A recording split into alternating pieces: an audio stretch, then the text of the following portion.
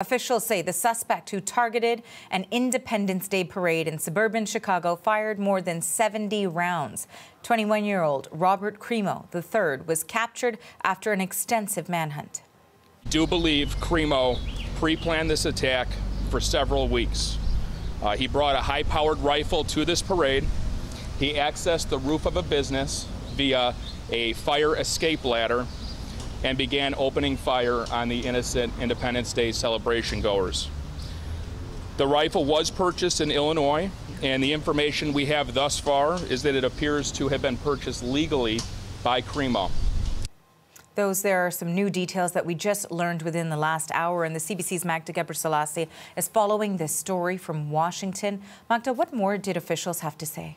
Well, the big point right there is that police believe this was a planned shooting, that it was carried out by Robert Cremo, and that he did it with a gun that was legally bought, a gun that they found on the roof of the building where this all started, and a gun that they used to trace it back to Cremo. Now, when it came to the escape, we heard the deputy chief say that Cremo was dressed as a woman to help conceal his identity and to blend in with the crowd during the chaos after the shooting.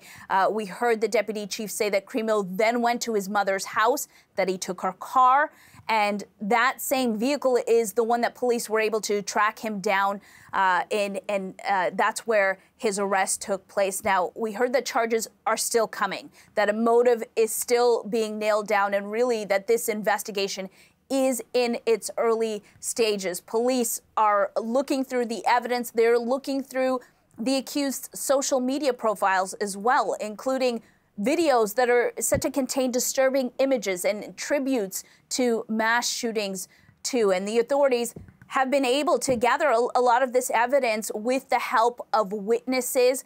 We've also been hearing more from people that were there at the parade when the shooting began, including Deborah Baum. Take a listen to what she heard and saw as the shooting started. And there was like a split second where everybody thought, is it fireworks? And then people started saying bodies down, and I just grabbed my kids. My 3 children were there, my son-in-law and my grandson, and we all just ran. We ran one way, my husband ran toward the victims. Now, along with talking to witnesses, police have gathered some of the footage that we've been seeing online, making the rounds out there, as well as footage from 6 cameras that were in the area. Again, at this point, charges haven't been laid. We're waiting for that. Magda, we've been learning more about the suspect, but we've also been getting more details about the victims. What do we know so far?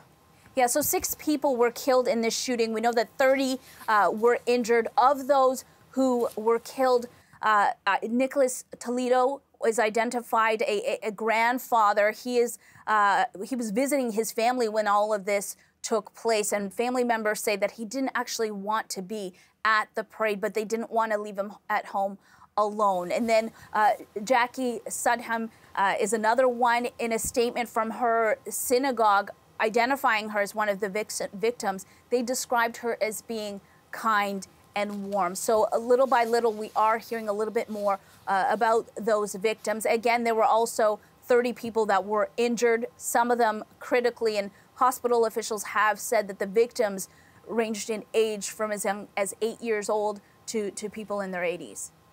We know lots more to come on this story. Thanks for this, Magda. That is the CBC's Magda Gebrselassie in Washington.